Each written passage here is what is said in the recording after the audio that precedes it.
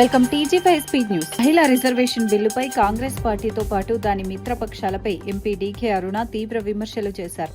మహిళలకు 33% రిజర్వేషన్ కల్పించాలన్న ప్రధాని మోదీ సంకల్పాన్ని ప్రతిపక్షాలు అడ్డుకున్నాయని ఆరోపించారు. 2029 నాటికి మహిళలకు న్యాయం చేయాలన్న ప్రయత్నాలను కాంగ్రెస్ దెబ్బతీసిందని మండిపడ్డారు.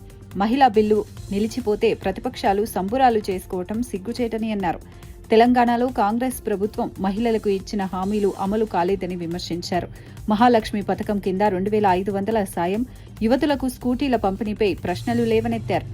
మహిళలకు అందించాలని, మహిళలకు కూడా ఈ యొక్క రాజకీయ చట్టసభలో భాగస్వామ్యం చేయాలనేటువంటి ఆలోచన కాంగ్రెస్ పార్టీ కానీ వాటి ఇండియా అలయన్స్ లో ఉన్నటువంటి మిత్రపక్షాలకు కానీ నాడు.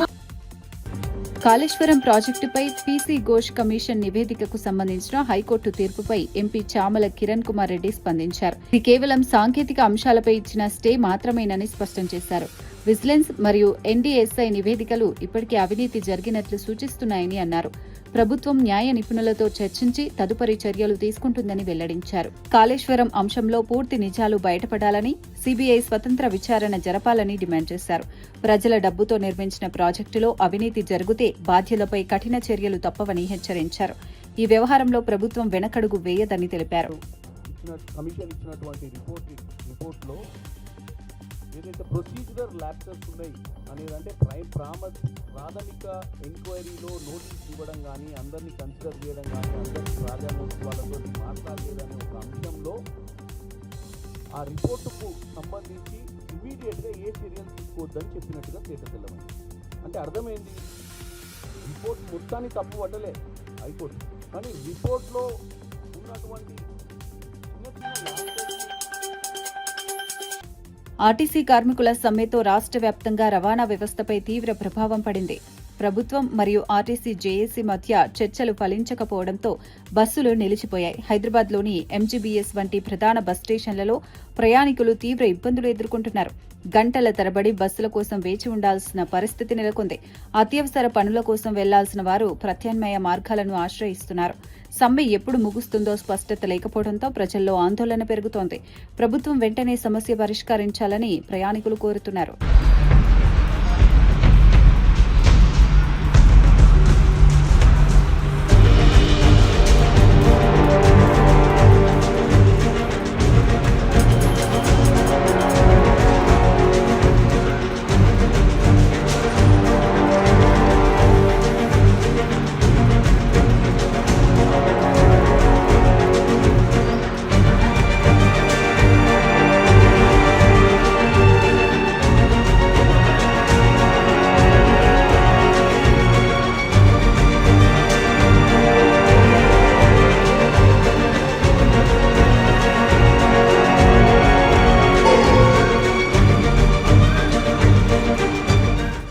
हैदराबाद से नंदीगाम जा रहे हैं हम।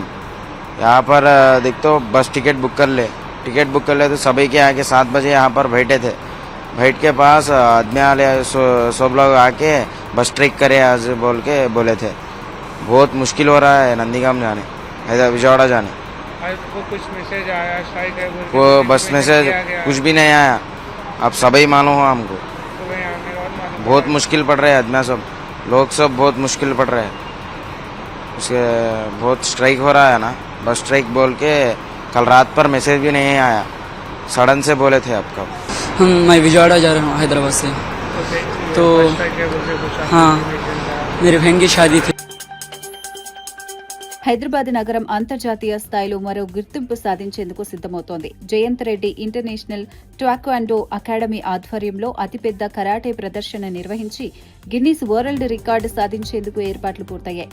సోమాజిగూడ ప్రెస్ క్లబ్లో జరిగిన మీడియా సమావేశంలో నిర్వాహకులు ఈ వివరాలు వెల్లడించారు. వేలాది మంది విద్యార్థులు పాల్గొనే ఈ కార్యక్రమం ద్వారా నగర ప్రతిష్టను ప్రపంచానికి చాటాలని లక్ష్యంగా పెట్టుకున్నారు. యువతలో క్రీడలపై ఆసక్తి పెంచడం ప్రధాన ఉద్దేశమని నిర్వాహకులు తెలిపారు. ఈ భారీ ఈవెంట్ విజయవంతం కోసం అన్ని ఏర్పాట్లు సిద్ధంగా ఉన్నాయని చెప్పారు.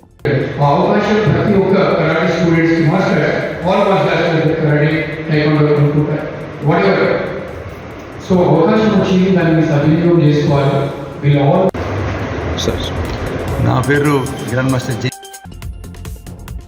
కాళేశ్వరం ప్రాజెక్టుపై పీసీ ఘోష్ కమిషన్ నివేదికను హైకోర్టు నిలిపివేయడంతో తెలంగాణ రాజకీయాల్లో చర్చలు మరింత వేడెక్కాయి. ఈ నివేదికపై వివిధ రాజకీయ పార్టీల మధ్య తీవ్ర ఆరోపణలు కొనసాగుతున్నాయి. కొందరు ఈ నివేదికను పూర్తిగా తిరస్కరిస్తుండగా మరికొందరు కాళేశ్వరం ప్రాజెక్టు రాష్ట్రానికి జీవనాడి అని సమర్థిస్తున్నారు. ప్రభుత్వం మరియు ప్రతిపక్షాల మధ్య మాటల యుద్ధం కొనసాగుతోంది. ఈ పరిణామాలతో ప్రాజెక్టు భవిష్యత్తుపై ప్రజల్లో తీవ్ర ఆసక్తి నెలకొంది. రాబోయే రోజుల్లో ఈ అంశం రాజకీయంగా మరింత కీలకంగా మారే అవకాశం కనిపిస్తోంది.